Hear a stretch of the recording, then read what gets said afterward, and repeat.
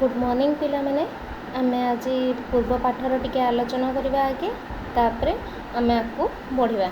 तो काली आमे जो पाठ पढ़ी सब तादेर आमे कौन कौन सब पढ़ी ना प्रथमे पदार्थ क्या कहुए पढ़ी पदार्थ केते प्रकार अच्छी पढ़ी तापरे पदार्थर विभिन्न अवस्था विषय पढ़ी आउ तार गुण विषय पढ़ी केमती ना जमती कि बरफ ताप सह मिसिले ताप प्रयोग कले ताहा कौन हो जाए ना जल हो जाए। सेमती जल रे ताप प्रयोग कले ताहा बांफ हो जाए।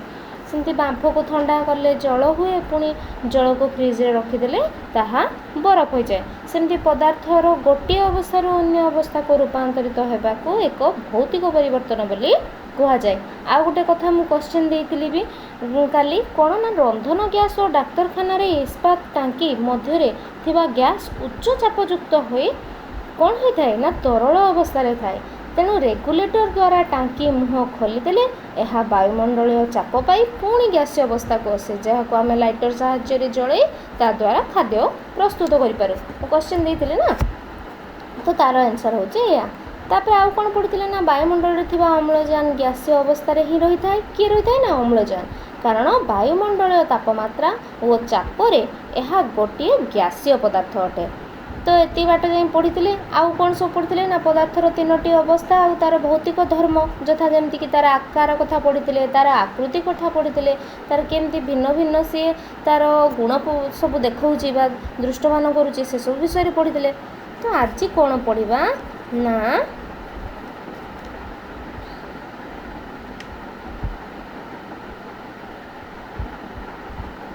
पदार्थर 1.4 टाक पढ़े बोली कही पदार्थर तीन साधारण अवस्था अंत रूपांतरण।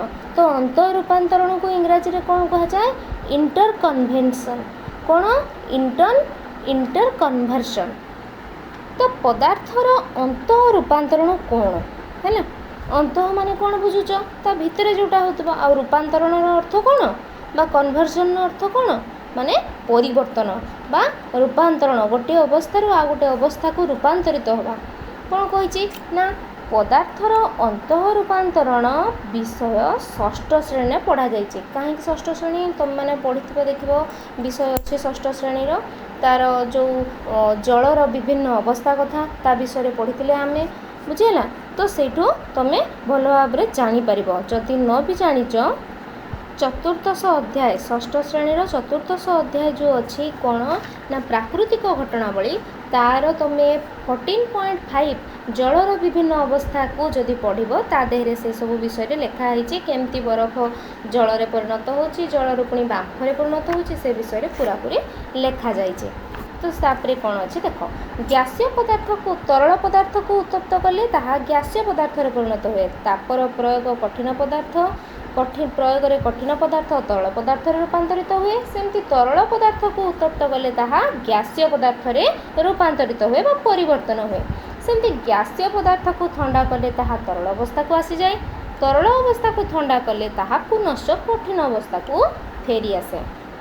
नेक्स्ट तापरे जीवा कौन ना किपरि भाव से हुए तार गोटे वे देखी देख तुम या द्वारा ही मन रख आपको मन रख तेज जा आउ सब भी मन रही आराम से कौन ना पदार्थर ये तीनोटी अवस्थार गोटे रु अन्यटी को होता परिवर्तन को अंत रूपांतरण कह जाए। ताले क्या अंत रूपांतरण कहे कठिन पदार्थ रु तरल पदार्थ तरल पदार्थ रु गैसीय पदार्थ गोटे रु आ गोटे को परिवर्तन होची से परिवर्तन को बा रूपांतर को अंत रूपांतरण बोली कहा जाए। केमती ना कठिन पदार्थ को ताप प्रयोग कले ताहा कौन हम तरल पदार्थ हम पुणी तरल पदार्थ को ताप प्रयोग कले कौन हम गैसीय पदार्थ।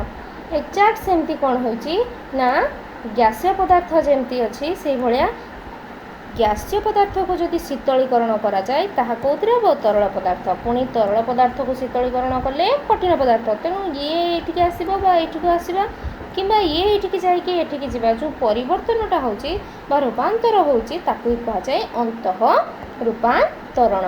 बुझिपाल नेक्स्ट जीवा चल जानिले भल कौन ना राउरकेला इस्पात कारखानार ब्लास्ट फरेन्स रु जेतेबेले लुहा बाहरे ତାହା ତରଳ ଅବସ୍ଥାରେ ହିଁ ଥାଏ। ମାନେ ସେ ଯେଉଁ କାରଖାନା ତା ଭିତରେ ତ ସବୁ କ'ଣ ଲୁହା ସବୁ ତିଆରି କରାଯାଉଛି, ଲୁହାର ବିଭିନ୍ନ ଝଡ଼ ତିଆରି କରାଯାଉଛି। ତ ସେ ଝଡ଼ ଯେତେବେଳେ ସୃଷ୍ଟି କରାଯାଏ ସେଇ ସମୟରେ କ'ଣ ହୁଏ ନା ସେଇ ଭିତରେ ଯେତେବେଳେ ବ୍ଲାଷ୍ଟ ଫର୍ନେସ୍ରୁ ବାହାରେ ସେତେବେଳେ ସେଇ ଲୁହାଟା ତରଳ ଅବସ୍ଥାରେ ଥାଏ। ତାକୁ ତାପରେ ଥଣ୍ଡା କରିକି ବିଭିନ୍ନ ସେପ୍ ଦେଇକି ଧୀରେ ଧୀରେ ଆକାର ଦିଆଯାଏ। ଯେମିତିକି ଘର ତିଆରି କରିବାରେ ରଡ଼୍ ବ୍ୟବହାର କରାହେଉଛି। ତୁମେ ଲୁହାର ଚଦର ଦେଖିଥିବ, ସବୁ ବଡ଼ ବଡ଼ ଟ୍ରେନ୍ରେ ସବୁ ଆସେ ଗୋଲ ଗୋଲ ହେଇକି ରୋଲ୍ ଭଳିଆ, ସେଗୁଡ଼ାକ ସବୁ ଚଦର ଲୁହାର, ସବୁ ଟିଣର ଦସ୍ତାର ଏଇସବୁ ଜିନିଷକୁ ତିଆରି କରିବା ପାଇଁ ପ୍ରାୟତଃ ଧାତୁ ଜିନିଷକୁ କ'ଣ କରାଯାଇଥାଏ, ଏମିତି ତରଳ ଅବସ୍ଥାରେ ରଖାଯାଏ। ଆଉ ତାପରେ ତାକୁ ବିଭିନ୍ନ ସେପ୍ ଦିଆଯାଏ। ତାପମାତ୍ରାର ପରିବର୍ତ୍ତନ ଅନୁଯାୟୀ ପଦାର୍ଥର 3ଟି ଅବସ୍ଥାର ଅନ୍ତଃ ରୂପାନ୍ତରଣ ବିଷୟରେ ଜାଣିଲ। ଯେଉଁ ତାପମାତ୍ରାରେ ବରଫ ତରଳି ଜଳରେ ପରିଣତ ହୁଏ ତାହାକୁ ଜଳର ଗଳନାଙ୍କ ବୋଲି କୁହାଯାଏ। କ'ଣ କୁହାଯାଏ? ଗଳନାଙ୍କ। ଗଳନାଙ୍କକୁ ଇଂଲିଶରେ କ'ଣ କୁହାଯାଏ? Melting point. ମେଲ୍ଟ ହେଇଯିବ ଯେଉଁଟା, ଏହି ପ୍ରକ୍ରିୟାକୁ ଗଳନ ବୋଲି ବା ମେଲ୍ଟିଂ କୁହାଯାଏ। ଯେଉଁ କ'ଣ କହିଲା ନା ବରଫ ଯେଉଁ ତରଳିକି ଜଳରେ ପରିଣତ ହେବ ତାକୁ କ'ଣ କୁହାହେଉଛି ନା ଜଳର ଗଳନାଙ୍କ ବା ମେଲ୍ଟିଂ ପଏଣ୍ଟ କୁହାଯାଉଛି। କିନ୍ତୁ ଯଦି ସେଇଟା ପ୍ରକ୍ରିୟା ବୋଲି ତାକୁ ଗଣାଗଲା ବା ପଚରାଗଲା ଯେ ଏଇଟା କେଉଁ ପ୍ରକାରର ପ୍ରକ୍ରିୟା ତାକୁ କହିବ ଗଳନ ପ୍ରକ୍ରିୟା ବା ଗଳନ ବୋଲି ଖାଲି କହିବ। ଗଳନାଙ୍କ ଆଉ ଗଳନ। ସେମିତି ଯେଉଁ ତାପମାତ୍ରାରେ ଜଳକୁ ଶୀତଳୀକରଣ କରି ବରଫରେ ପରିଣତ କରାଯାଏ ସେହି ତାପମାତ୍ରାକୁ ଜଳର ହିମାଙ୍କ ବା ଫ୍ରିଜିଂ ପଏଣ୍ଟ କୁହାଯାଏ। ଗୋଟେ ପଏଣ୍ଟ ଥାଏ ନା 100 ଡିଗ୍ରୀ ସେଲସିୟସ୍ 37 ଡିଗ୍ରୀ ସେଲସିୟସ୍, ସେଇ ପଏଣ୍ଟକୁ କୁହାଯାଏ ମେଲ୍ଟିଂ ପଏଣ୍ଟ। ତାପରେ ଆସିଲା ଏଇଟା କ'ଣ ନା ଫ୍ରିଜିଂ ପଏଣ୍ଟ। ଆଉ ଏହି ପ୍ରକ୍ରିୟାକୁ କ'ଣ କୁହାଗଲା ନା ଘନୀଭୂତ ବା ହିମାୟିତ। ବୁଝିହେଲା? ହିମାୟିତ ଶୁଣିଛ? ହିମାଞ୍ଚଳ ପାହାଡ଼ ଯେଉଁ ଯେମିତି ହିମାଳୟ ସେଇଠୁ ଆସିଛି। ହିମାର ଅର୍ଥ କ'ଣ? ଥଣ୍ଡା, ବରଫ ଯେଉଁଟା ୱାର୍ଡ଼ଟାକୁ ସେଇଠୁ ନେଇକି କୁହାଯାଇଛି। ଫ୍ରିଜିଂ ପଏଣ୍ଟ, ଫ୍ରିଜିଂ ମାନେ ବୁଝୁଛ ନା ଥଣ୍ଡା, ଫ୍ରିଜରେ ଯେମିତି ଜିନିଷ ରଖିଲେ କ'ଣ ହେଇଯାଏ ବରଫ ହେଇଯାଉଛି ନା ସେଇଟା। ତାପରେ ନେକ୍ସଟ ଆସିଲା କ'ଣ? ଯେଉଁ ତାପମାତ୍ରାରେ ଜଳ ଫୁଟି ବାମ୍ଫ ବା ଷ୍ଟିମ୍ରେ ପରିଣତ ହୁଏ। ବାମ୍ଫ ମାନେ କ'ଣ ବୁଝୁଛ ତ? ଷ୍ଟିମ୍। ତୁମେ ଖାଉଛ ନା ନାଇଁ ଷ୍ଟିମ୍ ମୋମୋଟା କେମିତି ତିଆରି କରାହେଉଛି? ବାମ୍ଫ ଦେଇକି ତିଆରି କରାହେଉଛି। ତ ତାକୁ କୁହାଗଲା ହେଉଛି ଷ୍ଟିମ୍ରେ ପରିଣତ ହୁଏ। ତାହାକୁ ଜଳର ସ୍ଫୁଟନାଙ୍କ ବା ବଏଲିଂ ପଏଣ୍ଟ ବୋଲି କୁହାଯାଏ। ଯେତିକି ନମ୍ବର ପଏଣ୍ଟରେ ସେଇଟା ଷ୍ଟିମ୍ ହେବା ଆରମ୍ଭ କରେ ତାକୁ କୁହାଗଲା ବଏଲିଂ ପଏଣ୍ଟ। ଆଉ ଏଇ ପ୍ରକ୍ରିୟାକୁ କ'ଣ କୁହାଯାଇଛି ନା ସ୍ଫୁଟନ ବୋଲି କୁହାଗଲା। କ'ଣ ନା ସ୍ଫୁଟନ। ବୁଝିହେଲା? ନେକ୍ସଟ ଦେଖ, ମନେ ରଖ, ଜଳକୁ ଉତ୍ତପ୍ତ କରି ତା'ର ତାପମାତ୍ରାକୁ 100 ଡିଗ୍ରୀରେ ତା'ର ଦେଖ ଏଇଠି ଲେଖିଛି କ'ଣ ସ୍ଫୁଟନାଙ୍କକୁ ଇଂଲିଶରେ କ'ଣ କହିଦେଲି ମୁଁ? ତା'ର ବଏଲିଂ ପଏଣ୍ଟ। ତ ସେଇ ସ୍ଫୁଟନାଙ୍କ 100 ଡିଗ୍ରୀ ସେଲସିୟସ୍ରେ କଲେ ସ୍ଫୁଟନ ଘଟି ଜଳ ଗ୍ୟାସୀୟ ଅବସ୍ଥା ବା ବାମ୍ଫ ପ୍ରାପ୍ତ ହୁଏ। କିନ୍ତୁ ଜଳର ତାପମାତ୍ରା ସ୍ଫୁଟନ ନ ହେଲେ ମଧ୍ୟ ସାଧାରଣ ତାପମାତ୍ରାରେ ଏହା ଗ୍ୟାସୀୟ ଅବସ୍ଥା ବା ଜଳୀୟ ବାଷ୍ପ ପ୍ରାପ୍ତ ହୋଇଥାଏ। ଏହି ପ୍ରକ୍ରିୟା ବାଷ୍ପୀକରଣ ବୋଲି କୁହାଯାଏ। ସେହି ପ୍ରକ୍ରିୟାଟାକୁ କ'ଣ କୁହାଯାଏ? ବାଷ୍ପୀକରଣ। ଏଇଟା ତୁମେ କ୍ଲାସ୍ 6ରେ ବି ଅଲରେଡ଼ି ପଢ଼ି ସାରିଛ। ବାଷ୍ପୀକରଣ, ବାଷ୍ପୀଭବନ, ବାଷ୍ପୀମୋଚନ, ବୁଝିଲା, ଉତ୍ସେଦନ। ତ ଉଭୟ ସ୍ଫୁଟନ ଓ ବାଷ୍ପୀକରଣ ପ୍ରକ୍ରିୟାରେ ଜଳ ଓ ଅନ୍ୟାନ୍ୟ ତରଳ ପଦାର୍ଥ ନିଜର ଗ୍ୟାସୀୟ ଅବସ୍ଥା ପ୍ରାପ୍ତ ହୋଇଥାନ୍ତି। ବୁଝିହେଲା? ନେକ୍ସଟ ତାପରେ ଦେଖ କ'ଣ କହିଛି? ପ୍ରଶ୍ନ 4କୁ ଲକ୍ଷ୍ୟ କର। ଗନ୍ଧକର୍ପୂର, ଆୟୋଡିନ ଦାନା, ଆମୋନିୟମ କ୍ଲୋରାଇଡ୍, ଲବଣ ଇତ୍ୟାଦି କଠିନ ପଦାର୍ଥକୁ ନେଇ କିଛି ସମୟ ଉତ୍ତପ୍ତ କଲେ ତାହା କ'ଣ ହେବ? ପ୍ରଥମେ ଦେଖ, ଯଦି ଗନ୍ଧକର୍ପୂରକୁ ଗୁଣ୍ଡ କରି ଉତ୍ତପ୍ତ କରିବ ତାହେଲେ ସେ ଗନ୍ଧକର୍ପୂରଟାକୁ ଉତ୍ତପ୍ତ କଲେ ତାହା ତରଳିବ ନାହିଁ। କି ହେବ ନା ସିଧାସଳଖ ଯାଇକି ଗ୍ୟାସୀୟ ଅବସ୍ଥାରେ ପରିଣତ ହୋଇଯିବ। ଆଉ ତାକୁ ଥଣ୍ଡା କଲେ ଗନ୍ଧକର୍ପୂରରେ ପୁଣି ପରିଣତ ହେବ। ଯେ କିଛି ଯେତିକି ଉଡ଼ି ଯାଇଥିବ ସେଟା ଆଉ ରିଟର୍ନ ତୁମେ ଫେରିକି ପାଇବନି। ସେମିତି ଆୟୋଡିନ ଦାନାକୁ ବି କଲେ ସେଇ ସେମ୍ ରେଜଲ୍ଟ ପାଇବ। ବୁଝିହେଲା? ତ ଆମୋନିୟମ କ୍ଲୋରାଇଡ଼୍ର ବି ସେଇ ସେମ୍ ରେଜଲ୍ଟ ହେବ। ତ ଏଇସବୁ ଜିନିଷକୁ ପଦାର୍ଥକୁ ଲକ୍ଷ୍ୟ କଲେ ଦେଖିବ ସେମାନେ ସିଧାସଳଖ କ'ଣ ହେଉଛନ୍ତି? ଗ୍ୟାସୀୟ ଅବସ୍ଥାକୁ ପରିଣତ ହେଉଛନ୍ତି, ତରଳୁ ନାହାନ୍ତି। ଗୋଟେ ଅବସ୍ଥାରୁ ଆଉ ଗୋଟେ ଅବସ୍ଥାକୁ ନ ଯାଇକି ଡାଇରେକ୍ଟ ଏକାଥରେ 2 ନମ୍ବର ମାନେ ଯେମିତିକି ଥିଲା କଠିନ ତାପରେ ତରଳ ତାପରେ ଗ୍ୟାସୀୟ, ନାହିଁ ଡାଇରେକ୍ଟ କଠିନରୁ ଗ୍ୟାସୀୟ ପୁଣି ଗ୍ୟାସୀୟରୁ କଠିନ ଏଇ ଅବସ୍ଥାକୁ ଫେରି ଆସୁଛନ୍ତି। ଦେଖ ଏଠି ଗୋଟେ ଏକ୍ଜାମ୍ପଲ୍ ତୁମ ପାଇଁ କାମ ଦେଇଛି। କ'ଣ? କିଛି ନାଫ୍ଥଲିନ୍ ବଲ୍ ଗନ୍ଧକର୍ପୂର ସଂଗ୍ରହ କର। ସେଗୁଡ଼ିକୁ ଗୁଣ୍ଡ କରି ଗୋଟିଏ ଷ୍ଟିଲ୍ ଗିନାରେ ନିଅ। ତାହା ମୁହଁକୁ ଠିକ୍ ଘୋଡ଼ାଇ ପାରୁଥିବା ଗୋଟିଏ ଛୋଟ କ'ଣ ନେବ ନା ଫନେଲ୍ ନିଅ। ଫନେଲ୍ ଦ୍ୱାରା ଗନ୍ଧକର୍ପୂର ଗୁଣ୍ଡକୁ ଢାଙ୍କି ଦିଅ। ମୁଁ ଏଇ ପରୀକ୍ଷାଟା ଭିଡ଼ିଓ ମାଧ୍ୟମରେ ପଠାଇଦେବି, ତୁମେ ତାକୁ ଦେଖିଦେବ। देखिले तुम बेसी शीघ्र बुझीज देख ये से चित्र मध्यम तुमको सेटा को आउथरे बुझे दूचे तो ये फनेल को लेकिन घोड़े दिहब घोड़े दिहर पर स्टील गिनाटा को तले रखी दिहब आउ तले गोटे तार जाली मुझे तुमको आगुरी देखी एमती स्पिरिट लैंप थाए स्पिरिट लैंप एमती तार जाली देकी स्टैंड उपरे ये काच गिना को रखा जाए काच फनेलटा को रखा जाए बुझेगा। नेक्स्ट तापर कौन होती बुनसेन बर्नर स्टैंड देख बुनसेन बर्नर जोटा को स्पिरिट लैंप रे जलुची सेटा को कहा जाए बुनसेन बर्नर आउ एटा होची तार स्टैंड। नेक्स्ट तापर कौन होती या भितर देख गंधकर्पूर को गुंड करके पकाई किछि समय पर ताकू उत्तप्त कले कौन हम से गुड़ा उपरे एमती फनेल जाकि लगिज ताकू कौन हुई जमी जाइथिबा गंध कर्पूर तुम बुझीपार तो यहाँ डायरेक्ट कौन हो जाए बाष्प आकार परिणत हो जाए किछि समय पर ताकू ठंडा कले ही तुम देखिपर ना हठात देखा जीवन ना खाली धुआलिया देखा तो कठिन नाफ्थलीन गुंड को उत्तप्त करने द्वारा ताहा तरली नहीं फनेल भीतर पटरे कौन सी तरल पदार्थ टोपा लगी नहीं सही स्थान में गोटे कठिन पदार्थ आस्तरण लगी रही है शुंघिक जापर जे यह नूतन पदार्थ नुहे ताहा नाफ्थलीन बाष्प ठंडा होई तार कठिन अवस्था एक आस्तरण मात्र यही प्रक्रिया को पदार्थर ऊर्ध्वपातन कहा जाए।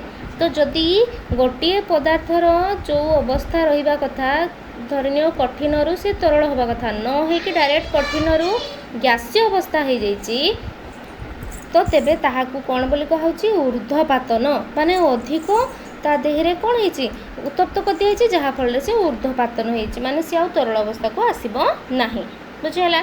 जदि सेठू कौन कहूँ जदि पारुछ नाफ्थलीन बदल आयोडीन बा आमोनियम क्लोराइड को नहीं उत्परक्त परीक्षा कर ए दुईटा जिनस भी से सेम रिजल्ट देखैब।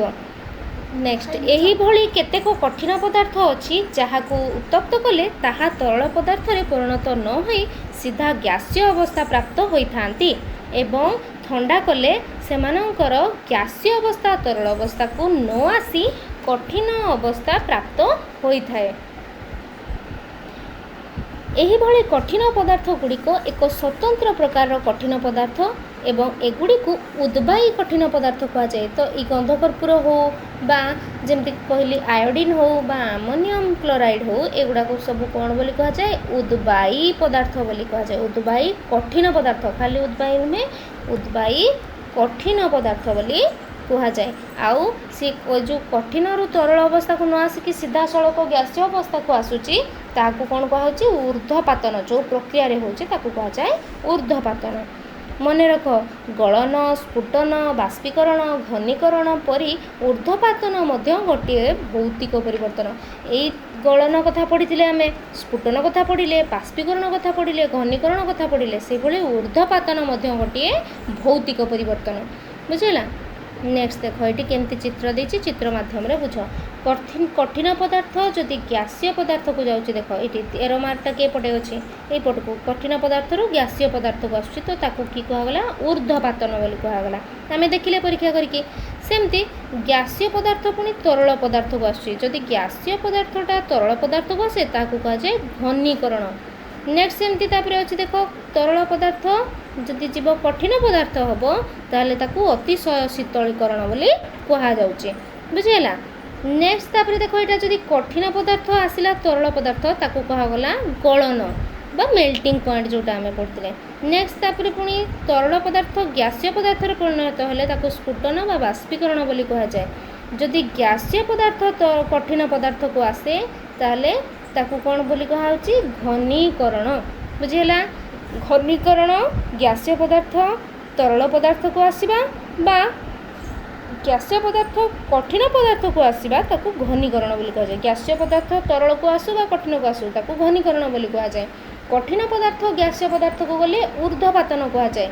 आउ गैसीय पदार्थटा जदि सॉरी कौन तरल पदार्थ जदि गैसीय पदार्थ हुए ताकू स्फुटन बा बाष्पीकरण कहा जाए। आउ कठिन पदार्थ जदि तरल पदार्थ को आसे ताकू गलन बोली कहा जाए। तो पदार्थर तीनोटी साधारण अवस्था विषय बा अंत रूपांतरण विषय बुझीपार जदि न बुझीपार मत पुणी नेक्स्ट तुम मैंने जनइब ग्रुप रे देले मु आउ थोड़े बुझेदेवी बुझीगला। मत लगुच प्राय सब बुझी जाइथो। नेक्स्ट तापर जा भिन्न प्रकार कठिन पदार्थ कौन सब भिन्न प्रकार कठिन पदार्थ रही ताकू देख ना चिरा कागज काठ କ'ଣ ଅଛି ନା କାଠ ଛାଲି, ଛିଣ୍ଡା କପଡ଼ା, ଚିନି ଇତ୍ୟାଦି କଠିନ ପଦାର୍ଥକୁ ପରୀକ୍ଷା ନଳୀରେ ନେଇ ଉତ୍ତପ୍ତ କଲେ ତାହା ନ ତରଳି ପୋଡ଼ିଯାଇ ଅଙ୍ଗାର ହୋଇଯିବ। ଯେମିତି ଚିନିଟାକ ବହୁତ ବେସିକ୍ ଜିନିଷ, ତୁମେ ତାକୁ ଜାଣିପାରିବ। ଆଉ ଗୋଟେ ଚିରା କାଗଜ ସେମିତି, କାଠଟା ତୁମେ କାଠ ତ ସବୁବେଳେ ଦେଖୁଛ, ତାକୁ ଜଳେଇ ଦେଲା ପରେ କି ହେଇଯିବ, ସେଇଟା ପୁରା ଅଙ୍ଗରା ହେଇଯାଏ ବା କ'ଣ ହେଇଯାଏ, ପୋଡ଼ିଯାଏ। ସେଇଟା ଅଙ୍ଗରା ତ ହେବନି, ପୋଡ଼ିଯିବ। ତ ସେଟା କ'ଣ ହେଉଛି, ଏହି ପଦାର୍ଥ ଗୁଡ଼ିକର ଆଭ୍ୟନ୍ତରୀଣ ଉପାଦାନ ଗୁଡ଼ିକ ରାସାୟନିକ ପରିବର୍ତ୍ତନ ହୋଇଥିବା ଯୋଗୁଁ ଏହା ନ ତରଳି ଦହିତ ହୋଇଥାଏ। ଦହନ ଏକ ରାସାୟନିକ ପ୍ରକ୍ରିୟା। ପୂର୍ବରୁ ଯେଉଁଗୁଡ଼ାକ ଦେଖିଥିଲେ ପରିବର୍ତ୍ତନ ହେଉଥିଲା ଭୌତିକ ପରିବର୍ତ୍ତନ, କିନ୍ତୁ ଏଇଟା ଗୋଟେ କହୁଛି କ'ଣ ନା ରାସାୟନିକ ପ୍ରକ୍ରିୟା। ରାସାୟନିକ ପ୍ରକ୍ରିୟା ଯୋଗୁଁ କିଛି କଠିନ ପଦାର୍ଥ ଅଛି ଯେଉଁଗୁଡ଼ିକ କ'ଣ ହୋଇଯାଏ ନା ସିଧାସଳଖ ଦହନ ବା ଜଳିଯାଏ। ଜଳିକି କେମିତି ହେଇଯିବ, ଅଙ୍ଗରା ହୋଇଯାଏ।